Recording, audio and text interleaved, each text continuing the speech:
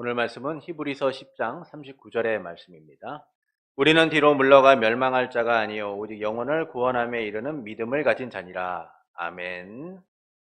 지난주에 우리는 이제 효과적인 부르심을 받은 자들은 말씀과 그들 안에 내주하시는 성령님으로 말미암아서 실제로 그리고 직접적으로 성화가 된다라고 말씀을 드렸어요.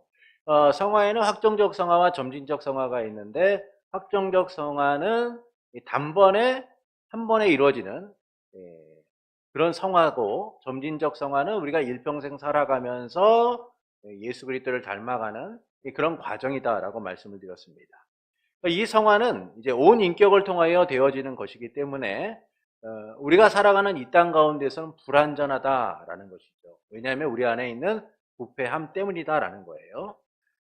그리고 성도들은 은혜 아래서 자라나고 하나님을 경외하는데 거룩함을 온전히 이루게 된다라는 겁니다. 결국 성화의 과정은 말씀과 성령을 통하여 우리 가운데 이루어지게 되는데, 이것은 우리의 의지나 노력으로 이루어지는 것이 아니라 우리 안에서 역사하시는 그 성령의 도우심을 통하여 우리는 자라게 되고 성화의 과정을 이뤄가게 된다라는 것이죠. 자, 오늘 우리는 이제 구원에 이르는 신앙에 대한 부분을 또 살펴보고자 합니다. 일반적으로 이제 구원의 서정, 구원을 이루는 그 순서를 이렇게 얘기해요. 중생, 유효한 부르심, 회개, 믿음, 칭의, 양자, 성화, 견인, 영화로 보게 됩니다. 그러나 웨스트민스터 신앙고백서는 하나님의 일방적인 구원 사역인 유효한 부르심, 양자됨과 성화를 먼저 소개하고 있어요. 그리고 이후에 인간의 그 영적 반응을 포함하고 있는 신앙, 믿음에 대한 부분과 회개와 선행에 대한 부분을 이렇게 둘로 나눠서 설명해 주고 있습니다. 그러니까 이런 신앙 고백서가 이제 하나님의 구원 사역을 중심적으로 먼저 설명해 주고 있는 거예요. 사실 모든 구원의 과정이 하나님의 주권적 역사 속에서 이루어지는 은혜인 거죠.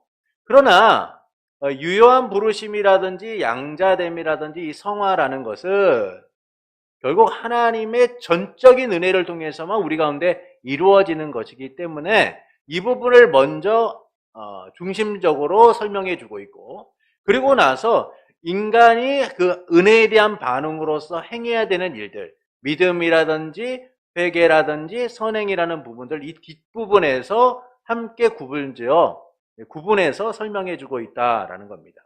이것은 실제적인 신앙생활에 있어서 우리가 어떻게 해야 되는가라는 부분들을 설명해 주고 있는 것이다 라고 말할 수 있어요. 그래서 비비 워필드와 같은 이 신학자는 이렇게 얘기합니다. 이 신앙고백서가 인간이 참여할 수 있는 부분과 참여할 수 없는 부분과 참여할 수 있는 부분을 구분지어서 설명해 주고 있다. 부르심이나 칭의나 양자됨은 인간이 참여할 수 없는 부분이다. 그러나 신앙이라든지 회개라든지 선행은 하나님의 은혜 가운데 우리가 참여할 수 있는 부분이기 때문에 이 신앙고백서는 인간이 참여할 수 없는 부분과 참여할 수 있는 부분을 구분지어 설명해 주고 있다라고 말해 주고 있어요. 곧 하나님의 영역과 인간의 영역을 나눠서 설명해 주고 있다라는 겁니다. 그러나 우리가 중요하게 여겨야 될 것은 이 사실 모든 과정 속에서 하나님이 하시는 일과 인간이 반응해야 되는 부분들을 갖다 구분지어 설명해 주고 있지만, 사실 이 모든 것이 누구에 의하여 이루어지는 것이다? 하나님에 의하여 이루어지는 것이다라는 이 기본적인 내용을 우리가 숙지하고 이 부분들을 보아야 된다라는 겁니다. 그래야지만 우리가 은혜에 대한 반응으로서 나타나는 이 믿음이라든지 회개라든지 선행에 대한 부분들이 제대로서 이해되게 되고 제대로서 실현됨을 우리가 누리게 되는 것이죠. 그래서 구원 사역이 전적으로 하나님에 의하여 주도적으로 이루어지고 있다는 사실을 먼저 기억하면서 우리가 이 부분들을 살펴볼 필요가 있습니다. 오늘은 이제 그 구원에 이르는 신앙, 믿음에 대한 부분을 좀 살펴보도록 하겠습니다. 우리 14장 구원에 이르는 신앙입니다. 1장을 함께 읽겠습니다. 믿음의 은사로 인해 택함을 받은 자들은 믿어 그들의 구원을 받게 되는데,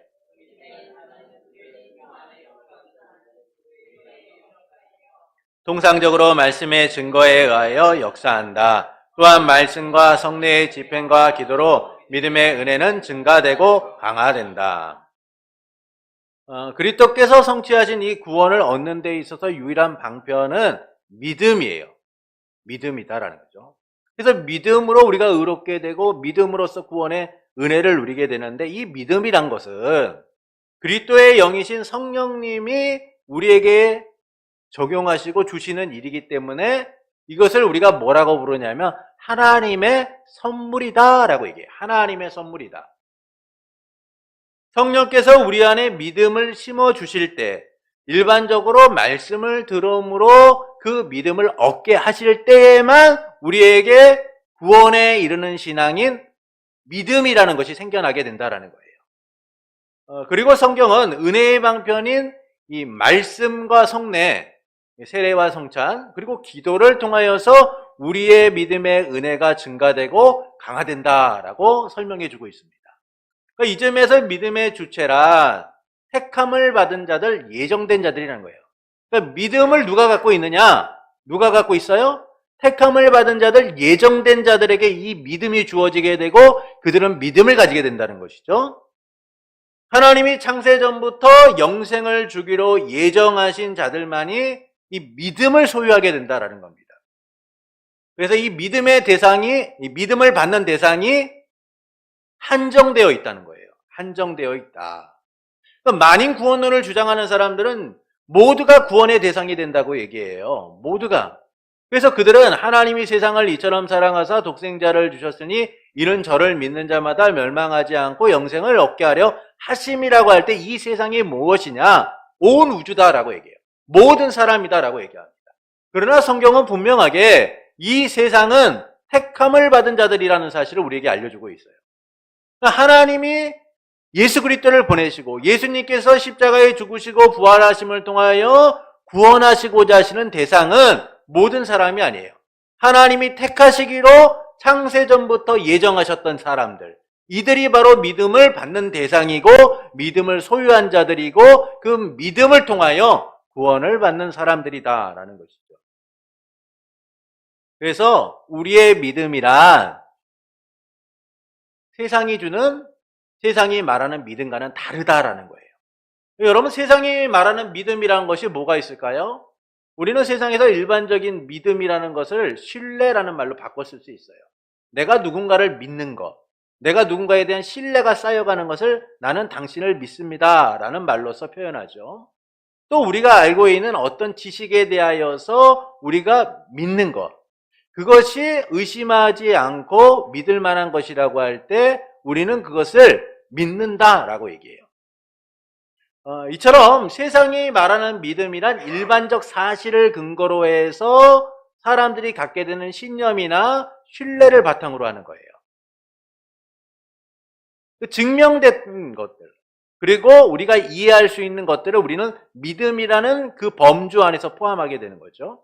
그러나 우리가 갖고 있는 이 믿음이라는 것은 세상과 다르다는 거예요. 그것은 하나님의 구원 사역 속에서 주어지는 믿음이기 때문이에요. 그 믿음은 어떤 믿음이냐 하면 영광스러운 믿음이고 거짓됨이 없는 믿음이고 보배로운 믿음인 거예요. 아무나 가질 수 있어서 가진다고 해서 가질 수 있는 믿음이 아니라 하나님이 예정하신 자들에게만 주어지는 구원에 이르는 신앙, 믿음이라는 겁니다. 그래서 이 믿음이라는 것은 세상이 갖고 있는 믿음과는 다르다는 거예요. 이와 같은 택한 자들의 마음속에 성령께서 역사하셔서 복음을 믿을 수 있게 하셔서 우리는 이 믿음이라는 것을 소유하게 되는 거죠. 그래서 성령의 역사가 반드시 필요하다라는 겁니다. 성령의 역사가 반드시 필요하다는 거예요. 그러니까 이에 대해 어떤 사람들은 그렇게 얘기합니다. 성령의 역사가 없어도 복음이 믿을 수 있는 능력이 인간에게 있다라고 얘기해요. 그러니까 성령이 역사하지 않아도 우리가 말씀을 듣고 복음을 들으면서 내가 저거 믿어야겠다 판단하고 그 믿음을 갖다가 선택할 수도 있고 때로는 포기할 수도 있다는 거예요. 선택하지 않을 수도 있다는 거죠. 또 어떤 이들은 성령의 역사가 필요한 것처럼 말하면서 그래, 우리가 믿음을 얻는 데 있어서 성령의 역사가 필요하지, 그렇게 얘기를 하면서 결국은 성령의 역사를 부인하고 인간의 자유의지로 이 믿음이라는 것을 취사선택할 수 있다라고 그들은 말해요. 사람들이 말하는 그 믿음이라는 것은 인간의 의지와 노력, 인간의 어떤 선택을 통하여 누릴 수 있는 것처럼 말하는 이들이 있다라는 겁니다. 그러나 믿음이라는 건 뭐예요? 우리가 얻고 싶어서 얻을 수 있는 것이 아니라 하나님의 주권적 은혜 속에서 성령의 역사하심을 통하여 하나님이 선물로 주실 때에만 우리는 그 믿음을 소유하게 되는 거예요. 그래서 성경에서 이 믿음을 하나님이 선물이다라고 얘기하는 거죠. 여러분, 선물은 내가 받고 싶다고 해서 받을 수가 있는 겁니까? 그렇지 않잖아요. 누군가가 내게 줄 때에 그 선물을 내가 받을 수 있는 거죠. 여러분, 내가 아무리 선물을 갖다가 받고 싶다는 마음이 간절해도요, 내게 선물을 줄 사람이 없다면 의미가 없는 거예요. 선물을 주고자 하는 누군가가 있어야 되고, 그가 그 마음을 가지고 선물을 줄 때만 선물을 받을 수 있는 거예요. 여러분, 믿음이라는 게 그런 거예요. 여러분, 우리가 구원의 사역에 있어서 왜 하나님의 주권적 은혜, 이 주권적 역사하심을 우리가 강조하느냐 하면, 결국 인간이 구원을 누리고 생명을 누리고 살아가는 그 근본적인 핵심에는 하나님이 우리에게 주시지 않으면 안 된다라는 이 중요한 전제가 있어요. 하나님이 안 주시면요, 인간은 스스로의 힘으로 구원을 얻을 수도 없고 구원을 누릴 수도 없고 그 구원의 길을 찾아갈 수도 없어요. 그래서 세상이 아무리 성령의 역사를 거부하고 인간이 스스로의 힘으로 믿음을 선택할 수 있는 것처럼 말한다라고 해도, 또 누군가가 그것이 너무나 당연한 것이다라고 우리에게 말하고 있다라고 해도 우리는 이것들을 철저하게 분별할 수가 있어야 돼요. 믿음은 하나님이 주실 때에만 우리가 그 믿음을 소유하게 되고, 그 소유한 믿음을 우리는 강화시키고 우리는 더 확장해 갈 수 있는 거예요. 어떻게 해요? 말씀과 성례와 기도라는 은혜의 수단들을 통하여, 방편들을 통하여. 이 가운데서도 누가 역사하고 계세요? 성령님이 역사하시는 거예요. 그래서 우리로 하여금 그 믿음이 확장되어 가도록, 성장되어 가도록 만드시는 거죠. 그러니까 이처럼 믿음은 하나님이 주신 은혜로서만 가능합니다. 그리고 이 믿음이 우리에게 주어지기 위하여서 성령의 역사하심이 나타나야 되는 거죠. 그리고 또한 이와 같은 믿음이 우리 가운데 주어지기 위해서 일반적으로 말씀의 사역을 통해 일어난다라고 우리는 이야기합니다.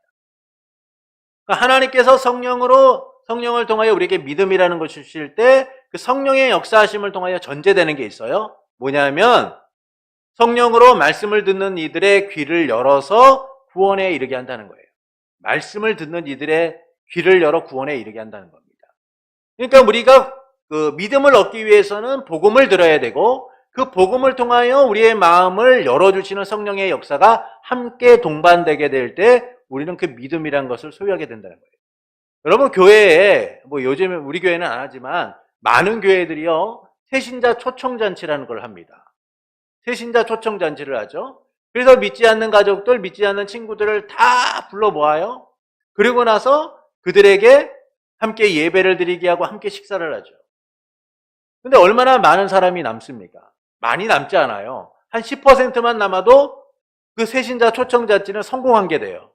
왜냐하면 그렇게 많은 사람들이 와서 들음에도 불구하고 그것을 사람들이 받아들이지 않고 그냥 돌아가기 때문이죠. 그러니까 이처럼 복음을 듣는다고 해서 그가 믿음을 갖느냐? 일반적으로는 하나님이 그와 같은 수단을 통하여 믿음을 주시는데 거기에는 성령의 역사하심이 전제되어 있어야 된다는 거예요. 그래서 복음과 성령의 역사하심이 함께 역사가 될 때 우리가 믿음을 소유하게 되고 그 믿음을 가지게 되는 거예요. 그러니까 사도 바울은 믿음은 들음에서 나며 들음은 그리스도의 말씀으로 말미암는다라고 우리에게 말씀해주고 있어요. 그러니까 이처럼 믿음이라는 것은 성령의 사역과 말씀의 사역을 통하여 함께 이루어지게 되는 거예요. 성령의 사역과 말씀의 사역을 통하여 함께 이루어지게 된다라는 겁니다.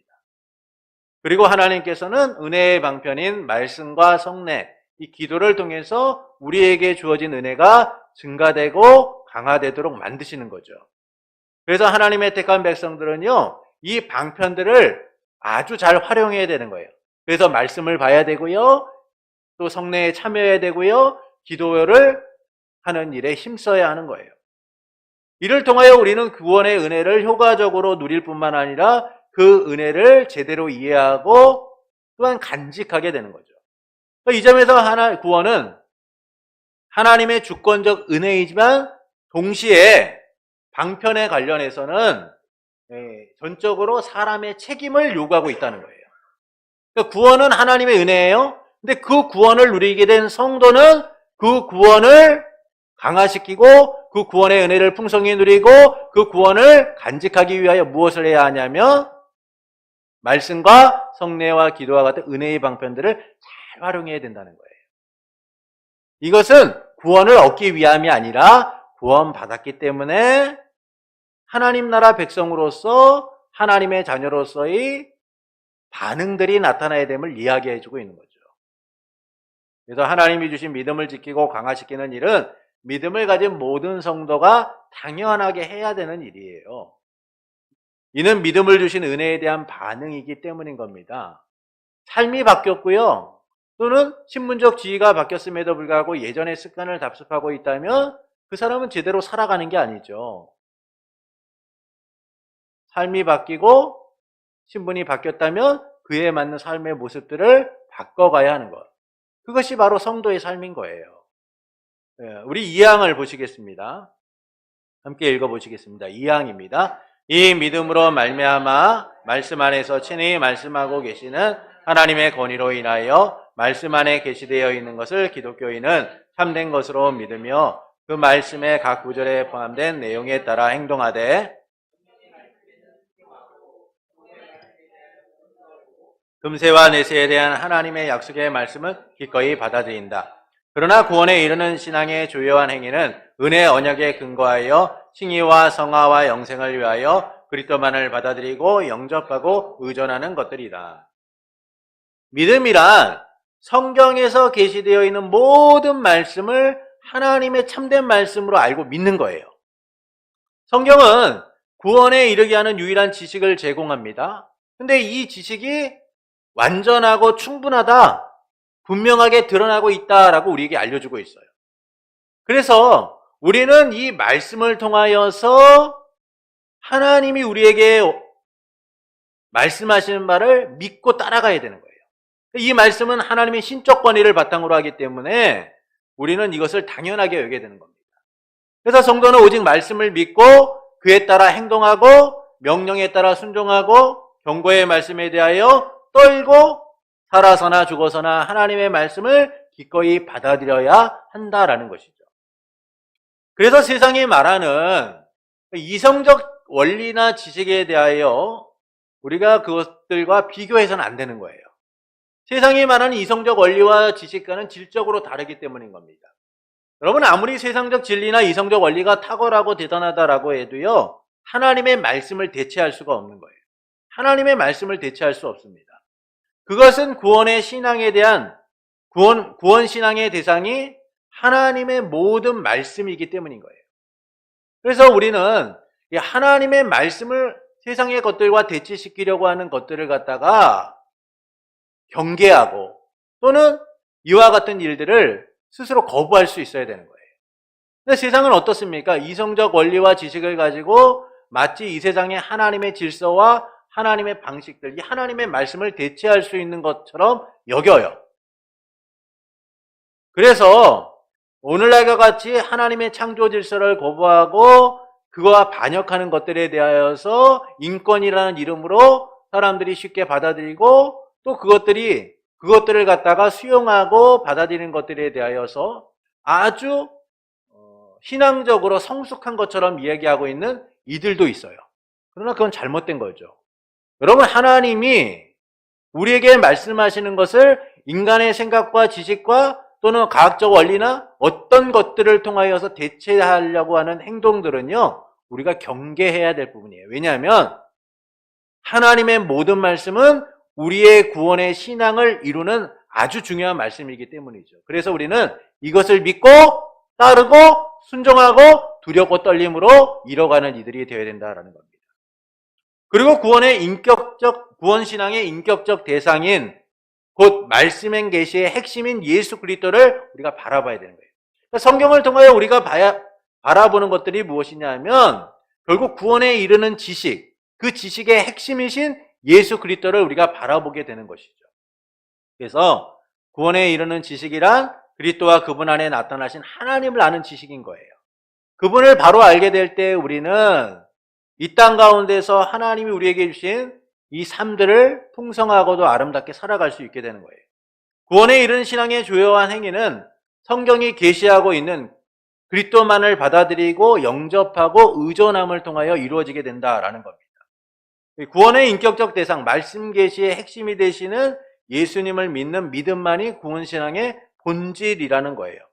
그래서 우리가 예수 그리스도를 믿는 일들이, 그리고 그 말씀을 따라가는 일들이 얼마나 중요하냐 하면 예수님을 제외한 다른 것들은 존재할 수가 없기 때문이에요. 그래서 우리는 말씀 계시의 핵심이신 예수 그리스도가 우리 구원신앙의 본질이시고 핵심이시고 전부라는 사실을 제대로 이해하고 그것을 받아들여서 믿음으로 따라가는 이들이 되어야 된다는 거예요. 사도행전 15장에 보면은요, 예루살렘 회의가 나옵니다. 이 회의는 어떤 사람들이 유대에서 안디옥으로 와서 이방인 형제들에게 모세가 가르쳐준 할례를 받지 아니하면 구원을 받을 수 없다라는 말을 하기 시작한 거예요. 그건 이방인들의 입장에서는 어떻습니까? 예수 그리스도를 믿음으로 구원을 받게 되었는데 유대인들이 와가지고 하는 얘기가, 야, 예수님만 믿어서는 안 돼. 할례도 받아야지. 야, 너희가 신앙생활 한 지 얼마 안 돼서 그런데 잘 모르나 본데 할례를 받아야지. 예수 믿는 게 효용이 있고 구원받는 거야. 할례 꼭 받아야 돼? 이런 얘기를 하는 거예요. 듣다 보니까 얘들이 아무래도 나보다 신앙생활 더 오래 했고 또 예수님이 나셨던 그 유대 땅에서 태어난 이들이니까 맞을지도 모르겠네, 이런 생각들이 든 겁니다. 그래서 안디옥 안에서 할례를 받아야 구원을 받는다라는 이야기들이요, 점점 힘을 실기 시작한 거예요. 힘이 실리기 시작한 거죠. 그래서 이 문제를 가지고 예루살렘 교회에서 회의를 하기 시작한 겁니다. 그때 사도 베드로가 일어나서 구원은 예수 그리스도를 믿음으로 주어진다라고 선포하게 돼요. 사도행전 15장 11절을 보시겠습니다.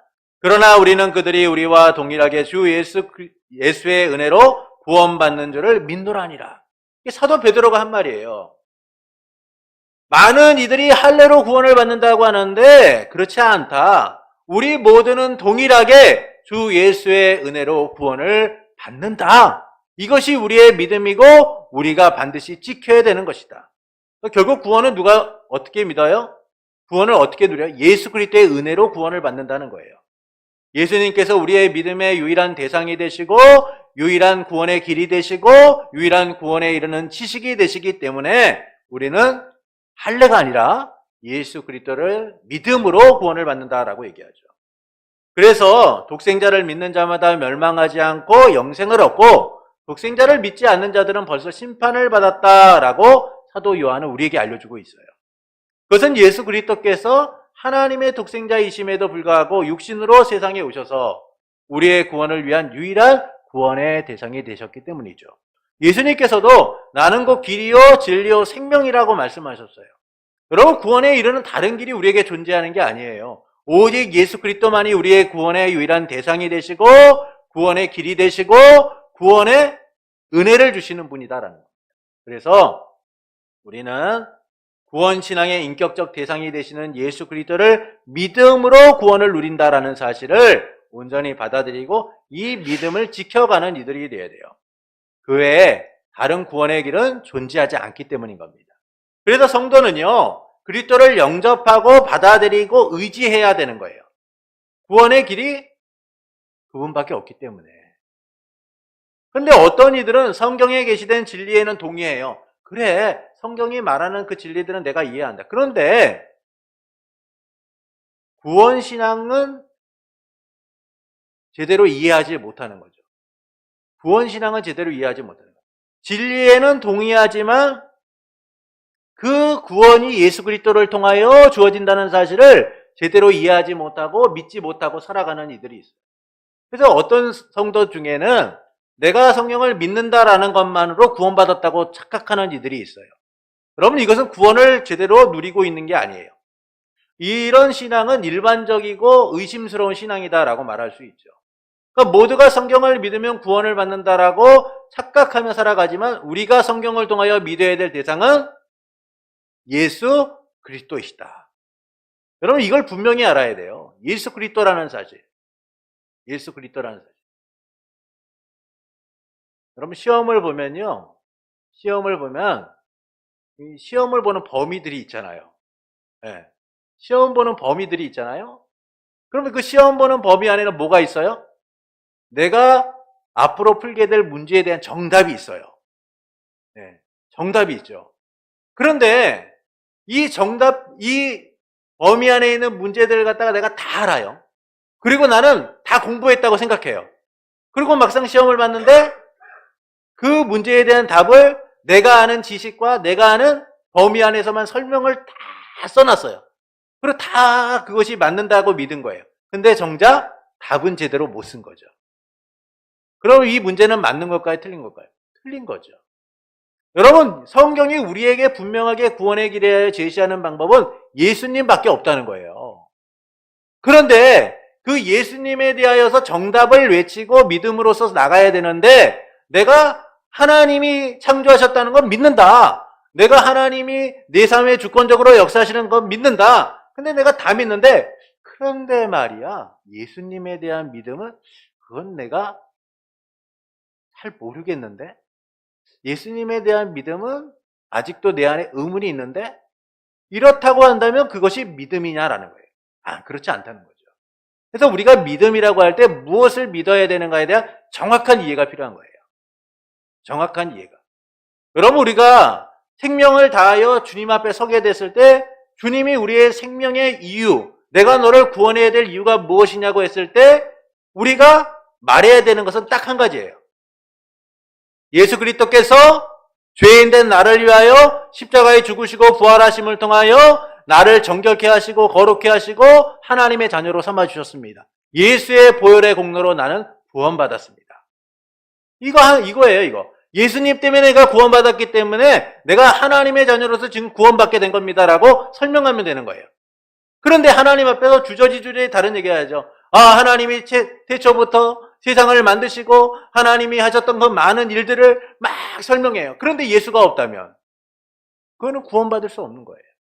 그래서 우리가 믿음이 무엇이냐 할 때 그 믿음의 핵심은 예수 그리스도다라는 사실을 우리가 제대로 이해해야 됩니다.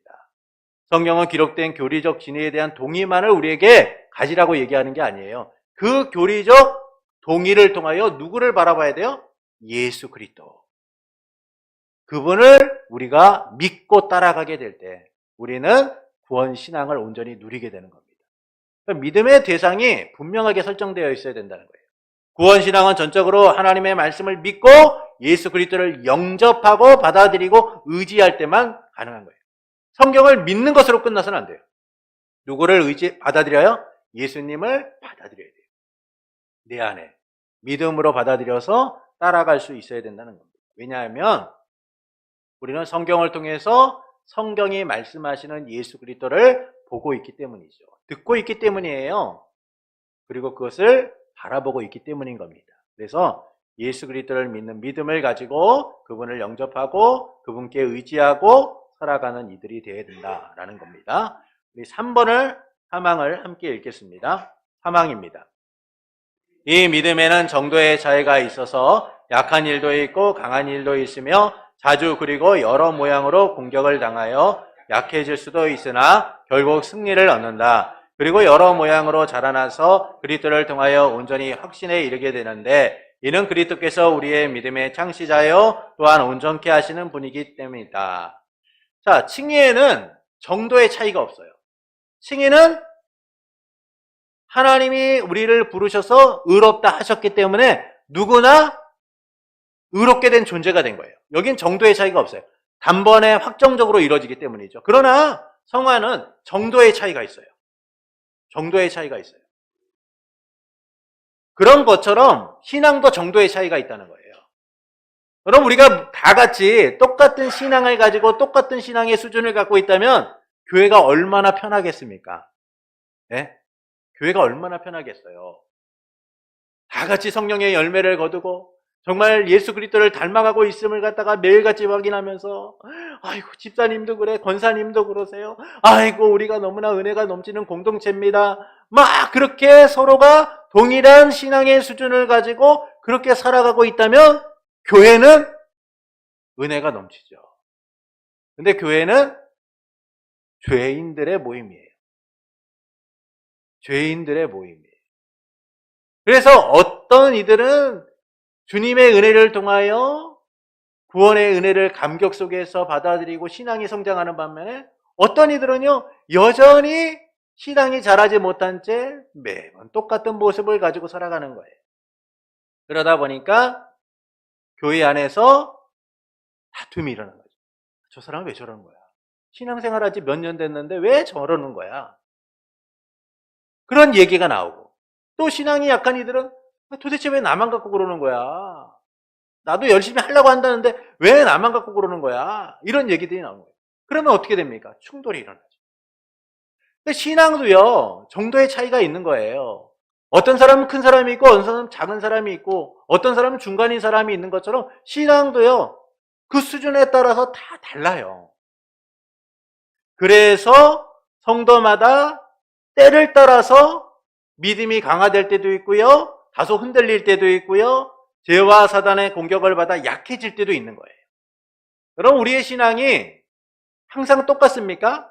위기를 만나면요, 우리 신앙의 수준이 드러나게 돼 있는 거예요.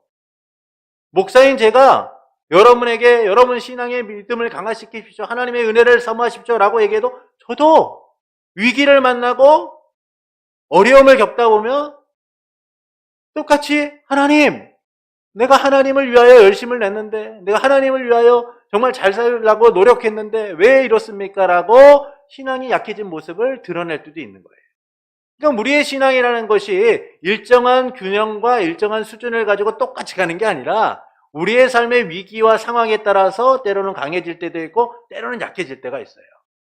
또 우리가 살아가면서 어떤 이들은 믿음이 강한 자처럼 살아가기도 하고 어떤 이들은 약한 자처럼 살아가죠. 그러나 이 수준의 차이를 가지고 우리가 누군가를 평가해서는 안 되는 거예요. 이 수준의 차이가 우리 가운데 나타나게 될 때 우리는 그들을 위하여서 포용할 수 있어야 되고 기도할 수 있어야 되고 함께 갈 수 있어야 돼요. 그래서 사도 바울이요 고린도 교회를 향해서 이렇게 얘기합니다. 믿음이 약한 자를 너희가 봤되 그의 의심하는 바를 비판하지 말아라. 어떤 사람은 모든 것을 먹을 만한 믿음이 있고 연약한 자들은 채소를 먹을 수밖에 없다라고 얘기하죠. 우상숭배의 제물이요. 당시 이제 고린도 교회는 고린도 지역이라는 자체가 우상으로 가득했던 지역이에요. 근데 그 시장 안에는 신당에서 이렇게 고기가 바쳐졌던 것들이 시장으로 나오게 됩니다. 근데 이것들이 되게 쌌어요. 그리고 뭐 그것들을 안 먹으면은 뭐 고기를 제대로 구해서 먹을 만한 그런 상황이 아니었던 거죠. 그래서 예수를 믿는 사람들 중에는 믿음이 강한 이들은 그냥 아이 뭐 그래 뭐 고기 우리가 예수 믿는데 뭐 이런 거 뭐 문제가 되겠어 그러고 시장에서 고기를 갖다가 먹고 뭐 별 문제가 없었어요. 근데 믿음이 약한 사람들이 보기에는 예수 믿음은 좀 달라야 되지 않아? 왜 고기를 저렇게 먹고 있지? 우상 제물을 왜 먹는 거야? 그러면서 그들은 채소를 먹는다는 거예요.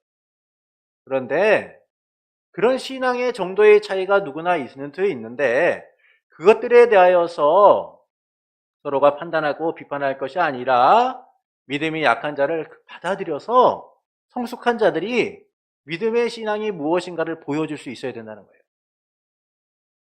그래서 그들이 똑같은 수준에 올라올 수 있도록 함께 그 길을 가야 된다라고 말합니다.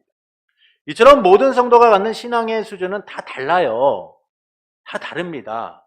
성도마다요, 때를 따서 강해질 때도 있고 약해질 때도 있어요. 우리도 마찬가지 아닙니까? 신앙의 수준이 높은 것 같고 내가 어떤 위기와 고난 속에서도 이 믿음을 지키고 살아갈 것 같지만 막상 환란이 오고 고난이 오면 베드로와 같을 때도 있어요. 세상 눈치 보고 침묵하게 되고 아우 난 아니라니까요. 이렇게 할 수도 있다는 거예요. 왜냐하면 우리의 신앙이라는 것이 때와 시기를 따라서 약해질 때도 있고 강해질 때도 있기 때문이에요. 그렇다고 해서 신약의 강약을 따라서 우리의 구원이 좌우되느냐? 여러분 그렇지 않다는 거예요. 예수의 은혜로 구원을 받았기 때문에 신앙의 강약에 따라서 우리가 구원이 결정되는 것이 아니라 그거와 관계없이 우리의 구원이 결정되어 있다는 거예요. 그런데 왜 우리가 이 신앙의 성숙을 위하여 성장을 위하여 힘써야 되느냐? 그것은 우리에게 믿음을 심어주시고 온전케 하시는 예수 그리스도를 통하여 우리가 살아가고 있기 때문이에요. 그래서 예수님을 통하여 우리의 믿음이 조금씩 자라게 되고 성장하게 되는 거죠. 그러므로 우리는 이 신앙의 약함이나 강함을 구원의 근거로 삼아서는 안 돼요. 구원의 근거로 삼아서는 안 되는 겁니다. 구원받았기 때문에 우리의 신앙의 때를 따라 약해지거나 강해지는 것이 아니라 변함없이 높은 수준을 이룰 수 있도록 힘써야 되는 거예요. 오늘 넘어질 수 있어요.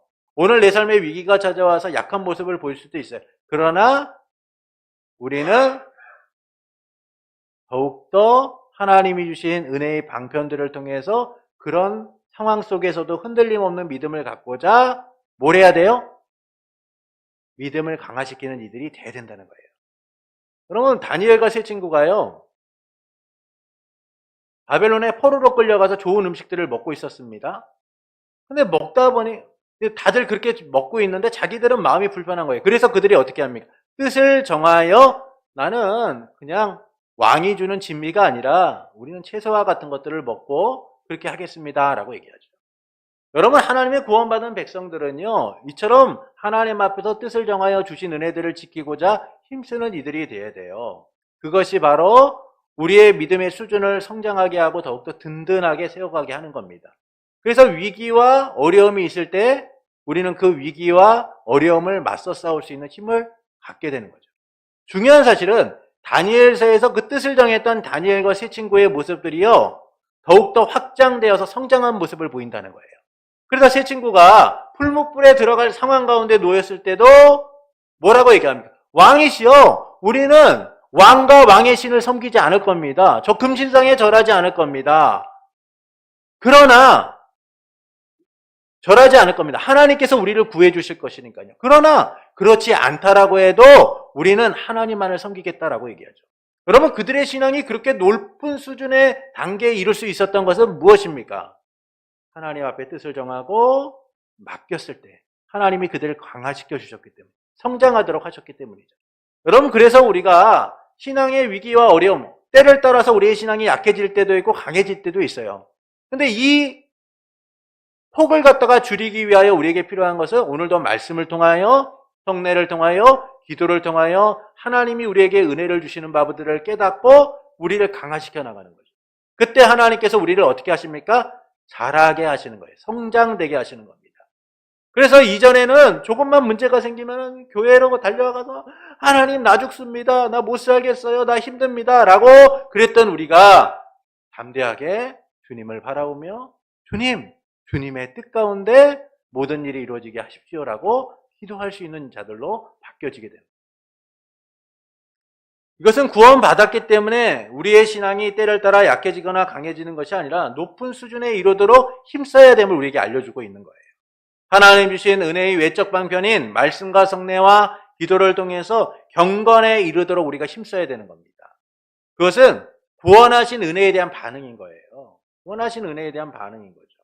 구원에 이르게 하신 그 믿음을 더욱더 풍성히 누리고 살아가는 방법인 거예요. 은혜를 더욱더 풍성히 누리고 강화시키는 방법이죠. 여러분, 자녀가 부모와의 관계 속에서 불편함을 겪고 어려움이 있을 때 그 관계를 회복하고 더욱더 부모와 좋은 관계를 맺기 위하여서 어떻게 합니까? 부모의 말을 잘 따르고 부모에게 잘 반응하죠. 그러면 관계가 좋아지게 되어 있어요. 그것은 자녀됨을 잃기 위함이 아니라, 잃어버리지 않기 위함이 아니라 자녀로서 관계를 더욱더 풍성하게 누려서 그 자녀됨을 더욱더 풍성히 누리고자 하는 목적 가운데 있는 거예요. 하나님이 우리에게 주신 삶도 마찬가지입니다. 구원을 잃어버리는 게 아니에요. 구원하셨기 때문에 그 구원을 어떻게 우리가 이 땅을 살아가는데 더 풍성히 누릴 것인가. 하나님이 주신 구원의 은혜를 어떻게 우리가 더 잘 누리며 살아갈 것인가. 이를 위하여 하나님이 말씀과 성례와 기도를 통하여, 이 예배를 통하여서 하나님의 은혜를 사모하고 나아가도록, 은혜가 강화되도록 만드셨기 때문인 겁니다. 그래서 우리는 구원받았기 때문에 이 구원, 은혜를 누리는 이 외적 방편들을 잘 사용하고 또 그것들을 통하여 주신 은혜들을 풍성히 누리는 이들이 되어야 된다라는 것이죠. 지금까지 본 것처럼 이 구원에 이르는 신앙은 믿음이에요. 이 믿음은 하나님의 예정 속에서 택하신 자들에게만 주어지는 겁니다. 그리고 이 믿음은 성령의 역사와 말씀의 사역을 통하여 우리 가운데 이루어지게 되는 거예요. 그렇기 때문에 이 성령의 역사가 없는 말씀의 사역만으로 우리가 믿음을 갖게 되느냐? 그렇지 않다는 거예요. 항상 성령의 역사심이 동반된 말씀의 사역을 통하여서만 우리는 믿음을 갖게 되고 그 믿음의 주이신 예수 그리스도를 온전히 바라보고 살아가게 되는 것이죠. 이 믿음은 예수 그리스도와 그분을 나타내신 하나님에 대한 믿음인 거예요. 그리고 말씀의 계시의 핵심이신 예수님을 영접하고 받아들이고 의지함을 통하여서 우리는 이 믿음의 실체를 누리고 살아가는 이들이 되는 겁니다. 그리고 이 믿음을 더욱더 강화시키기 위함, 잃어버리지 않기 위함이 아니라 믿음을 더욱더 강화시켜서 하나님이 우리에게 주신 은혜를 더 풍성히 누리기 위하여 우리는 말씀과 성례와 기도를 통한 이 외적 반편들을 잘 사용해야 된다는 것이죠. 그때 우리의 믿음은 강화되고 또 증가하게 되는 거예요. 왜냐하면 성도는 때를 따라서 신앙의 정도의 차이가 있기 때문인 겁니다.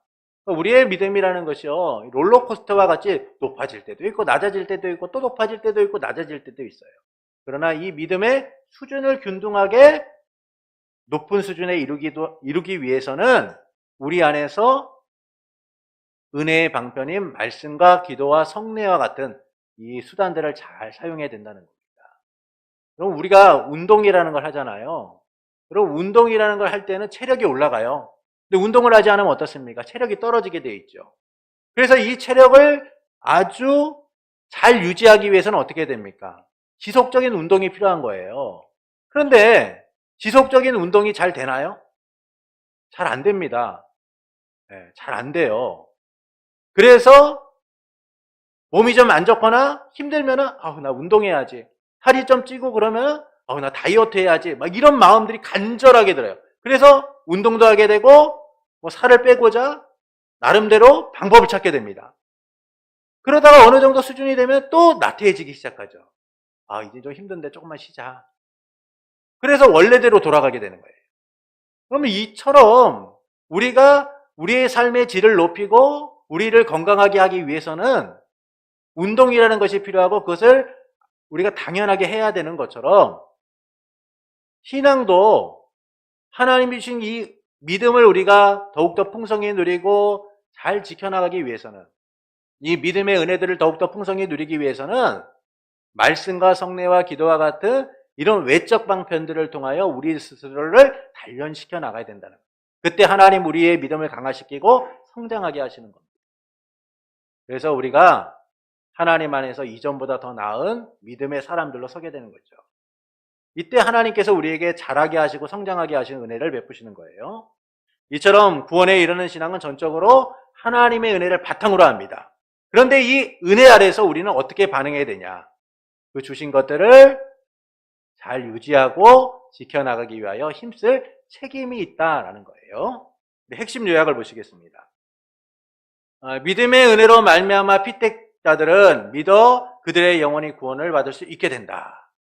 믿음으로만 우리가 구원을 받게 되는 거예요. 그 구원의 대상은 창세전부터 하나님이 예정하신 자들이다라는 겁니다. 2번, 구원에 이르는 신앙의 주요한 행위는 은혜의 언약에 근거한다.